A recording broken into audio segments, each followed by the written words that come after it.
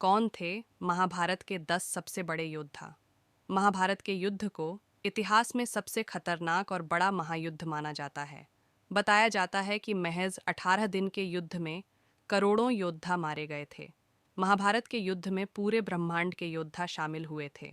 इनमें से 10 सबसे ज्यादा शूरवीर और बहादुर योद्धा कौन से थे, चलिए हम आपको बताते हैं।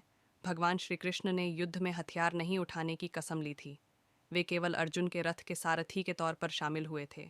फिर भी उन्हें ही पांडवों की जीत का मास्टरमाइंड माना जाता है। कर्ण को उस समय का सबसे बहादुर योद्धा माना जाता है। उन्होंने अर्जुन को छोड़ बाकी सभी पांडव भाइयों को हराया भी था। अर्जुन से उन्हें श्री कृष्ण की चतुराई और श्राप के कारण हार मिली थी। पांडवों में तीसरे नंबर के अर्जुन निर्विवादित तौर पर महाभारत काल के सबसे बड़े धनुर्धर थे, जो आंख बंद करके भी सटीक निशाना लगा सकते थे। पांडवों की जीत का कारण उन्हें ही माना जाता है।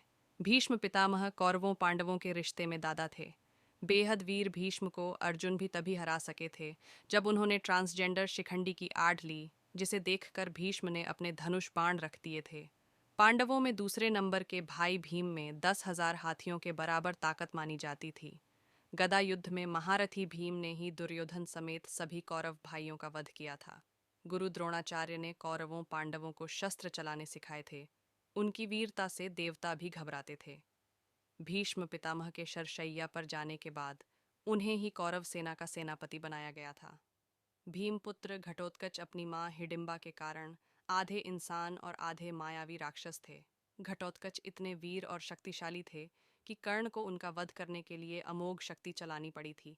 दुर्योधन कौरव भाइयों में सबसे बड़े थे, जिनके कारण पूरा महाभारत युद्ध हुआ था।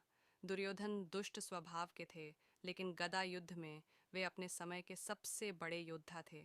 युधिष्ठिर पांडव भाइयों में सबसे बड़े थे। केवल सच बोलने के कारण उन्हें धर्मराज कहा जाता था।